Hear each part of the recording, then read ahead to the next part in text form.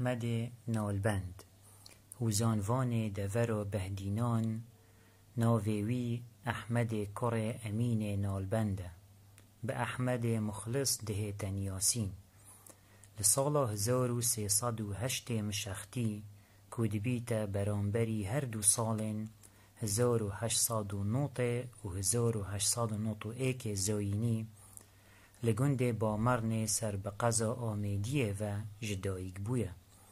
دجیه 6 سالیه دا دست به خواندن قرآن کریه. با خواندن چویه آمیدیه زاخو دوهوک و گند بدوه لدورا برواری جوری. جیانکا پر دردسری و نخوشی و مشغبون بوراندیه. ظلامک قصخوش و نکتبیج و زمانزان بو. بتریا و زانوان کون کارک زور لحزر و بیر و باور نالبندی کریه.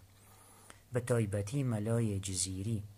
هرج بروی چنده وکی هوزانوان کلاسیکی زمانک تیکل ج عربی و کردی بکار اینایه. نالبند هوزانوان هوزان بووان مرمان و هاندینه. ایک پیگوتن آنکو وصف کرن. نالبندی دستک بالا هبویه دوی میدانه دا. دو اوینی و اوینداری.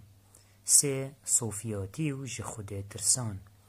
4 هوزانا جواکی که رنگ ترانا بخوه دگرید. 5 کردینی و ولاد پارێزی.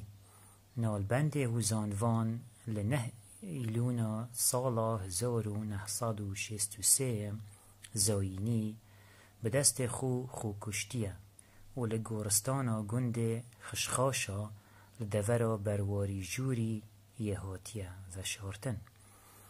اوجی نمونک جهوزان وی. دوهی سپید لسربانی مجانک دید جخورابو جمال درکت در خانی متخمین کر زلیخابو صفت حوری وکی تیر جمرابوری چو سر آو رخ جوری وکی روج المعاوابو دما زفری جسر آو مدیت لیدا شوقا تاو مقابل چو مهنداو قرپوشی گره دابو.